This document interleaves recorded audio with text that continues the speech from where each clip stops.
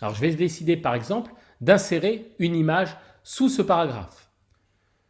Donc je vais dans le menu Insertion et là j'ai des petites nouveautés. Alors bien sûr je peux insérer une image comme je le faisais avant, c'est-à-dire une image qui va récupérer par exemple sur mon poste de travail. Là cette fois-ci je vais insérer une image en ligne. Je clique sur Insertion d'une image en ligne et me propose de retrouver tout simplement des images grâce au moteur de recherche Bing sur Internet. Donc je vais rechercher toutes les images parlant des euros par exemple. Et là, je vois les différentes images. Remarquez au passage un petit avertissement sur les droits d'auteur de ces différentes images. Alors, je vais choisir par exemple cette figure avec les billets. J'insère l'image.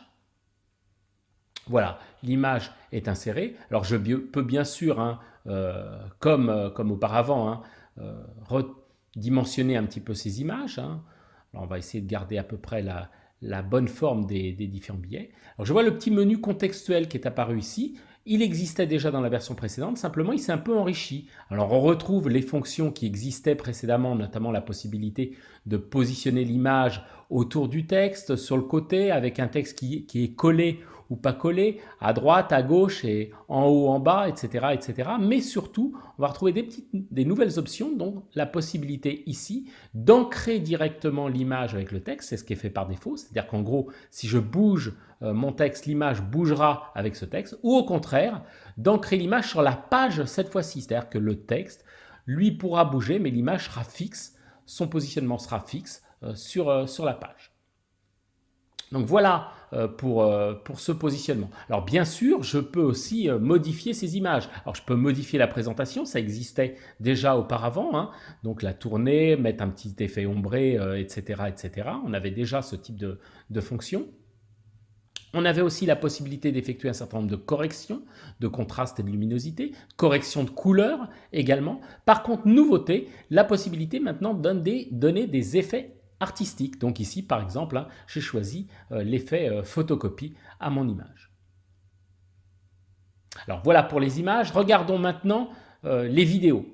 Alors pour ce faire, je vais aller un petit peu plus loin dans mon document et je vais insérer par exemple une vidéo sur ce paragraphe.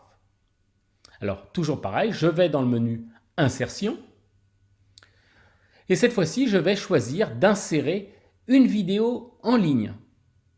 Donc je vais sur Vidéo en ligne, je clique dessus et là, je peux directement récupérer une vidéo, par exemple, présente sur YouTube. Donc là, je vais faire une recherche sur YouTube, je vais rechercher pareil une vidéo sur la fabrication des euros, je tape euros.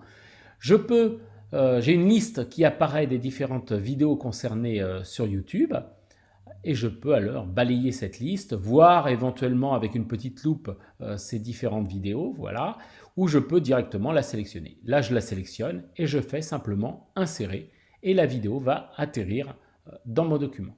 Alors on retrouve le petit menu habituel qu'on avait de positionnement des vidéos comme sur les images. Je peux visualiser cette vidéo qui va s'exécuter dans le contexte de mon document Word. Donc voilà, je vérifie que c'est la bonne vidéo ici. Une fois ça va bien, je vais cliquer n'importe où pour revenir sur mon document principal. Et voilà comment on a inséré une vidéo dans le document. Ceci termine ce tuto. Je vous dis